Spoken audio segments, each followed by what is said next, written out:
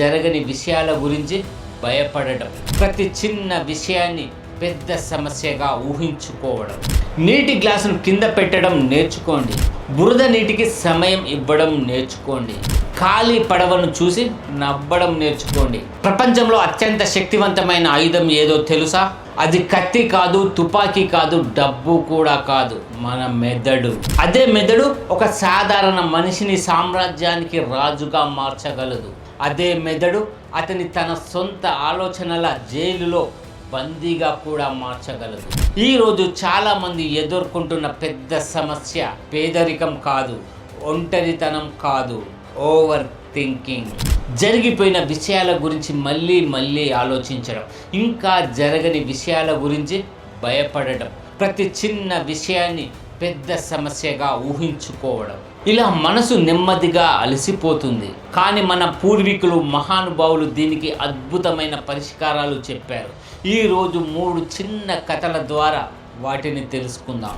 కథ నెంబర్ 1, నీటి గ్లాసు రహస్యం. ఒక పెద్ద శ్రీమంతుడు ఉండేవాడు. అతని దగ్గర డబ్బు ఉంది, పేరు ఉంది, గౌరవం కూడా ఉంది. కానీ మనశ్శాంతి మాత్రం లేదు. రాత్రులు నిద్ర పట్టేది కాదు. రేపేమవుతుంది, వ్యాపారం నష్టపోతుందేమో, ఎవరైనా మోసం చేస్తారేమో అని ఎప్పుడు ఆలోచిస్తూనే ఉండేవాడు.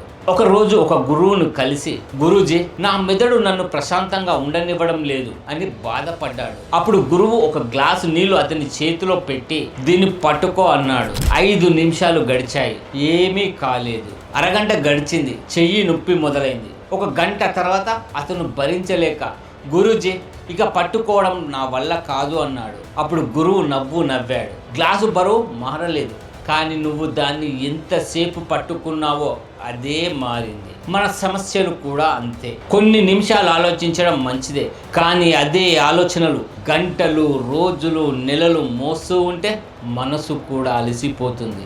కొన్ని ఆలోచనలను పరిష్కరించాల్సిన అవసరం లేదు, వదిలేయాల్సిన అవసరం ఉంది.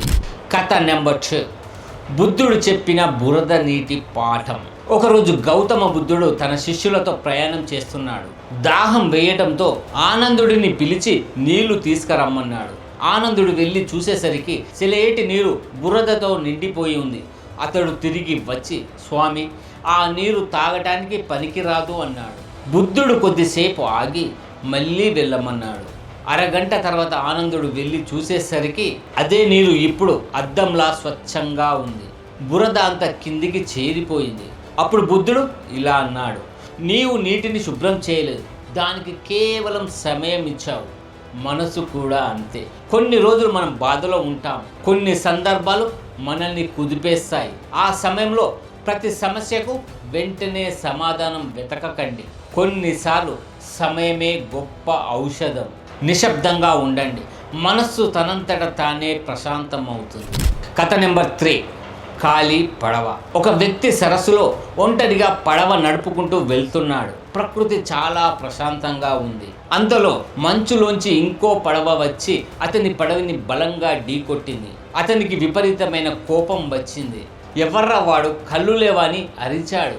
కానీ పడవ దగ్గరికి వెళ్ళి చూసేసరికి అది ఖాళీ పడవ. గాలికి కొట్టుకుంటూ వచ్చి అతని పడవను తాకింది. క్షణంలో అతని కోపం మాయమైంది.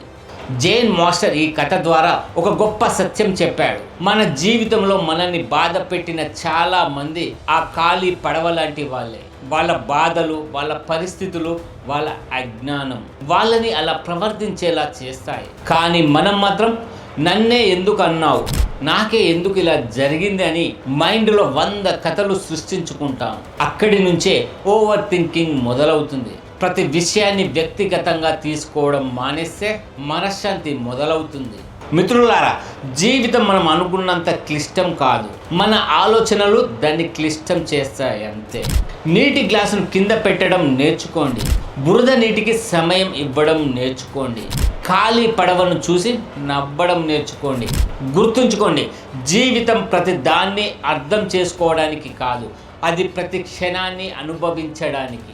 ఓవర్ థింకింగ్ జీవితం నుంచి ఆనందాన్ని దొంగిలిస్తుంది.